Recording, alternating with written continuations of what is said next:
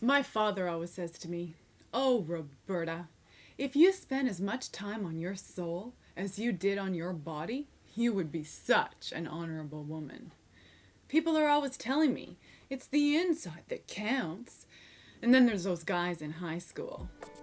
He said, "You're really an ugly girl, but I like the way you play." And I died, but I thanked him. Can you believe it? Sick, sick, sick, holding on to his picture, dressing up every day. From school age all the way through my 20s, and now in my 30s, I've had and have what would be deemed by others as self-esteem issues. At the same time as I think I've got it going on, and I'm outgoing, I'm constantly tending to and concerned over my facial and bodily imperfections. I'm always second-guessing myself, saying sorry to people who seem to hold on to a greater sense of power and control. I laugh nervously, I blush purple, and I find it hard to articulate myself in front of groups of people in situations that a lot of others handle with relative ease. I guess I have a kind of a choppy form of self-esteem. Now, I can also be a bitch, manipulative, controlling, and hypocritical. I am by no means a sweet pushover or some kind of victim. Anyways, I have a question for some of you. And I pose this question to you and your more proud self too, Roberta. What is it you guys out there, you guys who aim for your self-esteem to be relatively high and consistent, or who believe that your self-esteem is relatively high and consistent, you guys out there with your yoga and your support groups and your healthy diets, what is it you guys so consistently love and admire about yourself and your potential? Do you not ever have a problem with that part of you that wastes time watching TV or talking on the phone or surfing the net when you know you could actually be contributing something to society? Don't you feel so proud of yourself after you say something totally unnecessary and insulting to a loved one? Do you feel like rocking on when you remember that one of your balls hangs like lower than the other one? Do you mothers out there, in all trueness, never question the fact that your kid's bedtime is your favorite time of day? Or wonder why when you eat sushi, you get a bit of an urge to feed a chunk of wasabi sauce to your baby? Don't you just feel so in love with yourself and your wife when you have hot, sweaty, impure thoughts about every other woman but her? Does the Virgin Mary pop into mind as you're giving it to yet another date who during the day gives you a mild case of the heebie-jeebies? My guess is you might be able to relate to at least one of these in part, and that self-esteem is affected or put into question by such situations. The trick is to find a way to love and care for these parts of us without just eliminating them from our characters in the name of self-esteem. As Thomas More discusses in his book, Care of the Soul, self-esteem today actually means loving that person we know and project as ourselves. That image that we work to show off on Commercial Drive or Robson Street, or at work, in our apartment complex, or even within our family. Self-esteem means loving that person that is morally acceptable and easy to love. I'm a good person. I give money to poor people, and I have a good job. I'm talented. I'm a good friend and a decent grandmother. My ass isn't bad looking either. But what about the parts of us that are dark and ugly? We can love that we manage to look good, but can we love the part of us that's exhausted from managing? Or even the part that does so much work to look successful and look appealing and sound like we know what we're talking about and smell all rosy and Listerine? Can we love that we hate ourselves, The hours spent suffering, the lack of faith we have in ourselves, were we stripped of the tricks and identities we've known up to this point? Our hair, our composure, our wives, our husbands, our artistic talent and our creativity, our drugs, our good singing voices. This is so adorable and so humorous that these things are so serious. And oh, how we long for that something else in us to be seen, because we know it's there and we know it's just as lovely. That I would be fine even if I went bankrupt. That I would be good if I lost my hair and my youth.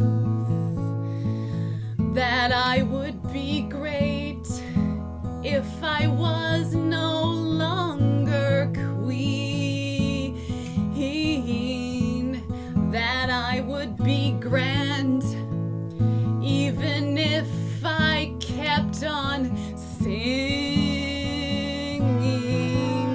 That I would be loved even when I'm not myself.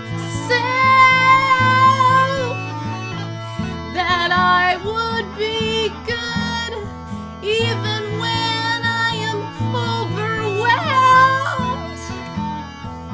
That I would be loved even when I was fuming. That I would be good even if I was clingy.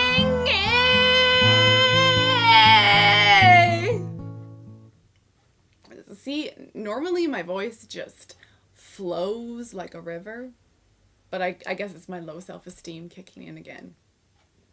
Let's just take this little word with such a big meaning, self, and let's recognize just how boring it sounds and how we really don't know how much it encompasses, yet we put all this emphasis into it. She's gonna have to start thinking for herself. Oh, he's not really himself today. Ugh, I'm not gonna get lucky tonight. Guess I'm gonna have to play with myself again. Boring, uncolorful, ugly word, self. We need a new word, damn it. Let's at least sometimes use the other words for talking about what makes up our personalities. Words used by perfectly respectable people and by famous and beautiful psychologists, Carl Jung and James Hillman. Soul, angel, daemon, anima. As Hillman states in his book Interviews, these give the sense of something beyond me as an ego and a self. When you use the word anima, you know you are talking about a half presence, a ghost kind of body. Very exciting. These are just other words for the unconscious. In his book In Search, Hillman says the unconscious is always immediately at hand. We fall over our complexes daily. Coming into a room, we catch sight of a man we fear, someone to whom we owe money, a woman we once loved, and our whole posture, facial expression changes. We may block over a name, blush, or tremble. The voice will drop to a whisper, hi, or rise nasally, hey. We say something we never meant to say at all. In society, one is constantly at the mercy of the unconscious and its complexes, as we strain to impress, attempt to withdraw, and make our foolish demands. Hillman says the fact that we are moody and bitchy is another sign of the anima, or the soul, or the unconscious. That part of us in which we often don't have self-control. The tantrums that we allow ourselves in front of our wives and husbands and children, which we do not allow to them. In emotion, we get the awareness that we are not alone in ourselves, not in control over all of ourselves, that there is another person who also has something, often a great deal, to say about our behavior. Now, all you Christians and goody-goodies out there, and I'm talking to you too, Roberta, You guys are probably thinking, well, what is this wingy, whacked out wench on TV trying to say? That we should just all let this uncivilized, beastly part of our personalities just like pop out and start having sex freely and just forget about our commitments and obligations, engage in road rage and start getting all animal with the anima? You love my whisper, but did you hear me scream at the top of my lungs? Oh. No, I'm not saying that at all. But let's face it, the world's a circus and we are a freak show. The irony is, we just keep adding to the carnival entertainment with our tofu dogs and their low-carb buns. We have got to start admitting that there is a lady with 11 toes inside of us that is sick and tired of wearing one-size-fits-all cotton wool blend socks. Thomas More poses a very intriguing question in his book, Dark Nights of the Soul. Imagine what you would be like if you allowed yourself the full range of your eccentricity. And this might refer also to that person in you that's full of a whole range of complexes and insecurities. I remember a mentor of mine about 5 years back who was saying he went out with one of his friends to the cafe, and he had to excuse himself early from the cafe because he was going to visit his mother. And he had to get his hair cut before he went to see her, otherwise she'd give him a really rough time about how scraggly he looked. And the other friend said to him, well, you're getting your hair cut to please your mom? I think your hair looks pretty cool. What about what you want?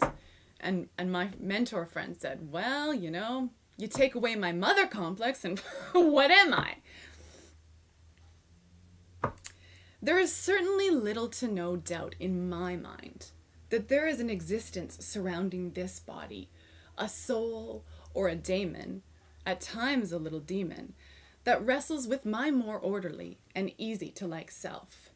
It is so dull and boring and blah and unjust to call this unpredictable part of us estrogen or testosterone or that time of the month or narcissistic paranoid delusional substance-induced anxiety disorder. My doctor, what does he know?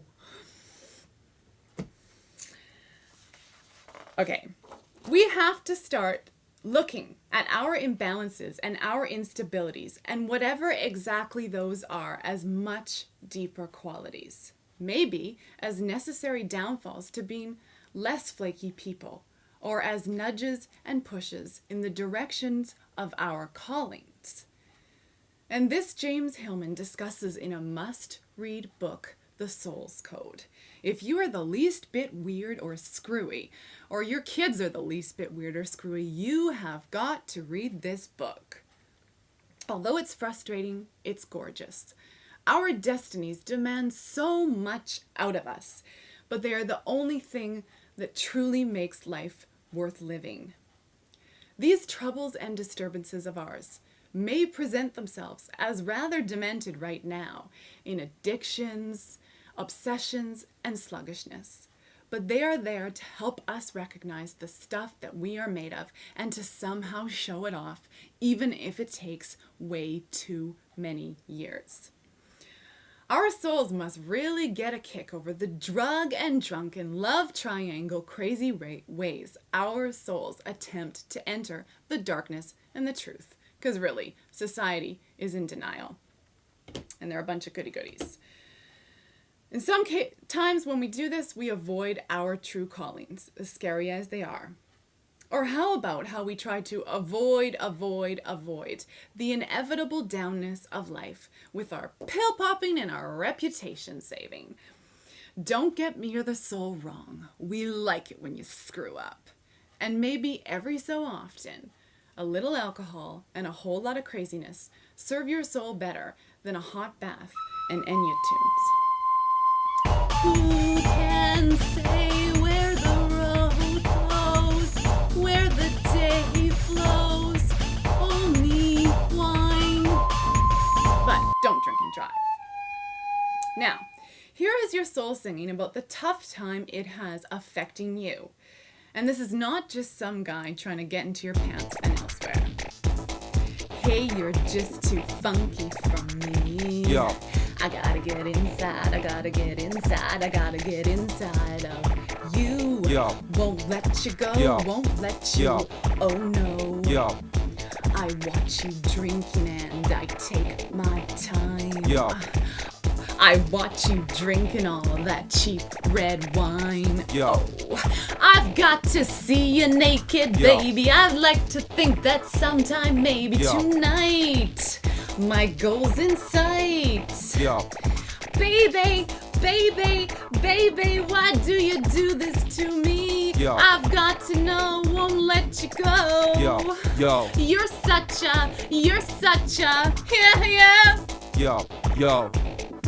Getting rid of our anxieties and our sadness and our yearnings with pills and paranoid plop plop shit fizz advice could mean the loss of our important and crucial parts. Only you can know if another's words ring true for you.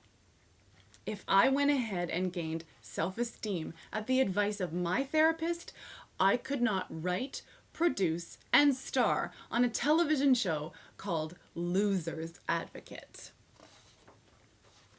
But not all of us are called to be stars. According to Thomas More, where you fit in the scheme of things is not your choice. Your job is to deal honestly and generously with the fate given to you. It may be a brief life of sickness.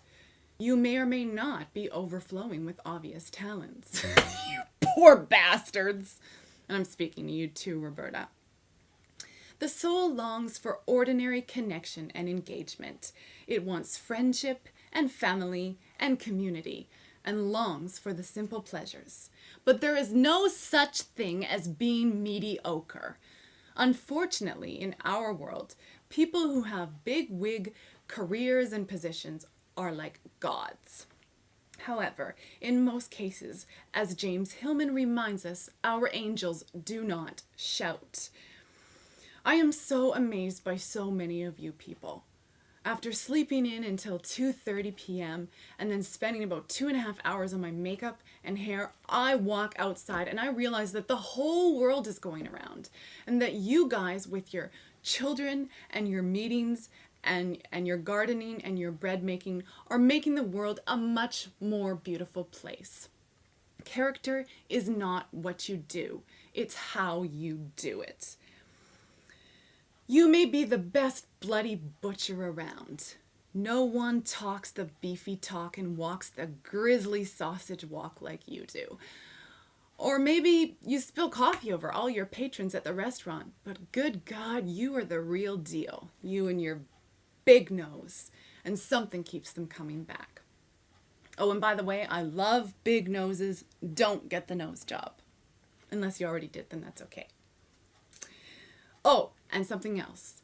If you cannot find an ounce of lust for your job and there is no lubrication in sight, KY or quit. So forget about the snotty, penetrating questions Hillman warns us. Why the minor leaguer who never makes it to the majors? The middle manager who never gets the corner office with the wide window? The salesman who receives no plaque, stays unadvanced, neither fired nor retired, continuing the mediocre performance of an undistinguished person with a modicum of talent. As long as we regard people in terms of their earning power or specific expertise, we do not see their character. The media pull you out only when you are weeping after tragedy, raging on stage, or posing for an opinion. Then they drop you. They can adulate, celebrate, and exaggerate, but they cannot imagine, and therefore they cannot see. We don't see ourselves either. My dad also says another sort of cute, innocent, overly masculine thing to me. God forgive him, he's in the forestry industry. Whenever somebody else says to him, you know, Miles, I just gotta take some time off here from my regular job and go off and find myself, he says, look in the mirror! You're right there! Well, Dad, although I don't know if you meant it this way, you may actually have something. Say at least half the experts. Just who are we looking at when we are looking in the mirror? James Hillman offers various responses to this question in his book, The Force of Character. The face of the man is the medium through which the invisible in him becomes visible, says Emmanuel Levinas, who Hillman refers to as the most radical, soulful, and profoundly positive French thinker of the last 50 years. According to him, the face bears one message: utter vulnerability. Therefore, the face will be disguised, covered, decorated, or surgically altered. Even teenagers flock to plastic surgeons to have their faces changed. Those faces that we want. God, it's hard to be around teenagers with all those faces they make, the expressions of pain and confusion that remind us of ridiculous love problems, suicidal fantasies, and the hours spent in front of the mirror so dissatisfied. And if I had a choice, yeah, I'd always wanna be there. Those were the best days of my life. As we grow older, some of us gather the courage to face our faces, and others of us don't. Marilyn Monroe expressed her hope to have the courage to face her face and grow old without facelifts, since it took the life or the character out of a face. Well, we'll never know if she could have endured the sags and bags of character. But Anna Magnani, the great Italian post-war actress, supposedly told the makeup man doing her face, "Don't take out a single line. I paid for each one." This is really beautiful, and we need more old faces out there in the media, in the movies, and on TV. Hillman asks the question, who on TV can we actually look at and be struck to the soul? Oh, okay, me. I mean, I'm no David Caruso or anything, you guys. But young or old or somewhere in between, most of us are never satisfied. Hillman argues that at any age, the mirror holds the same surprise. I did not know I looked like that. I tear up the snapshot, destroy the video of an off-moment conversation. And here we come to what the other half has to say about mirrors and images. As reflective as it is, the mirror does not seem to show that part that I really feel to be me. What do our souls care about snot, psoriasis, cellulite, pimples, and extra chins? Don't look at me. I don't exist right now like you see me. I'm gonna make something of myself. We all put forth great effort to match that person we see in the mirror with the person that we want to be, that we feel that we are. Adolf Portman, the famous biologist and philosopher of human behavior, says that the display of interiority is as essential to organic life as are the useful behaviors of survival. So we go on eating, sleeping, and fleeing from danger, just as we work out, keep a tight grip on our lip gloss, and wear our hair in the most straight-laced, razory, sexified, or ludicrous of styles and colors. Hillman asks us to think of animals presenting themselves in designs, coats, tails, feathers, curls, claws, tusks, horns, wings, songs, and dances. We long for and demand acknowledgement, our especially long legs, our particular muscles, our cute, teeny-weeny preteen breasts as we approach middle age. And I'm not talking to you, Roberta. Our bizarre yet enchanting hair. I get a bit tired when one of my friends phones me up and they say, "Hey, what are you doing?" And I'm like, "Oh, I'm getting ready." And they're like, "Oh, for what? You're not going anywhere today, are you?" Hillman always comes to my rescue. Don't forget, there are creatures deep in the ocean where no ray of light or human eye ever touches. Beauty for the sake of beauty alone. To show is primarily to show, secondarily to be seen. So maybe you're getting all dolled up, shaving your head, going to get another Botox injection, penis enlargement, or spending a ridiculous amount of money on clothing or accessories just to show yourself. Period. Even if the mirror is the only one looking. How do little ol' us know all the explanations for our worrisome moves? But we all know that beauty is not about the way you look. I'm about to quote Hillman again. And yeah, okay, I guess I'm a little obsessed with the guy. He says in his book, A Blue Fire, that beauty is the immediate presentation of things as they are, that particular things appear at all in the form in which they appear. And we don't mean disinterestedness, like that shapely girl on the bus with the long eyelashes just waiting to get off and ignoring everybody else, although that can be pretty hot too. We mean more that thing that we wonder about and gasp at and react to, that shows its heart and reveals its soul. Her and her temper, the melodrama, losing it over something so minor. Him and his hypochondrias and compulsions, the snorting, the gargling, the nasal spray. And that's not to say that everyone is so showy and eccentric. It is just so repulsive and yet so beautiful to be around people who can't hide who they really are. Even that dude, Silencio, who rarely talks and barely spits out words and never makes a fuss. Hello, what's going on in there? Yeah, wouldn't you like to know? All things as they display their innate nature. Your slim, frisky cat, your fat, frisky mum, your vain sister, your old house. As Hillman says, no, the leopard cannot change his spots, but the spots can be gems. Impossible dark spots of the interior person get lit up, the shadow, the ugliest man, all the shames and embarrassments regarding the concealed personal tied up self. Well, there they are. Good morning, how are you? Nice to see you. Your shadow is your virtue, and that's what remains after a person's dead. His faults, his unbearable qualities or hers become clarified, and you remember them as virtues. It's amazing how the very thing that you couldn't bear in your mother or father, your wife or husband, they die, and then the rubies show right through in the shadow.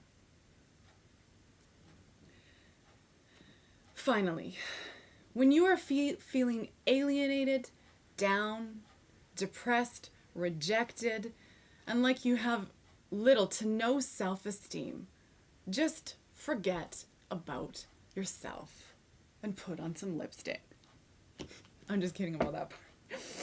There are things we as individuals have to tend to on this earth besides ourselves. And I'm talking to you especially, Roberta. There are tasks and kittens, birds, schools, jewels, rivers, dreams, dirty magazines, and dirty toilets that are calling us and begging us for their loving attention. Listen to this impeccable poem by William Butler Yeats. In the morning, after taking cold shower, what a mistake. I look at the mirror. There, a funny guy. Gray hair, white beard, wrinkled skin. What a pity. Poor, dirty old man. He is not me. Absolutely not. I sit down quietly in lotus position, meditating for nothing. Suddenly, a voice comes to me. To stay young, to save the world, break the mirror.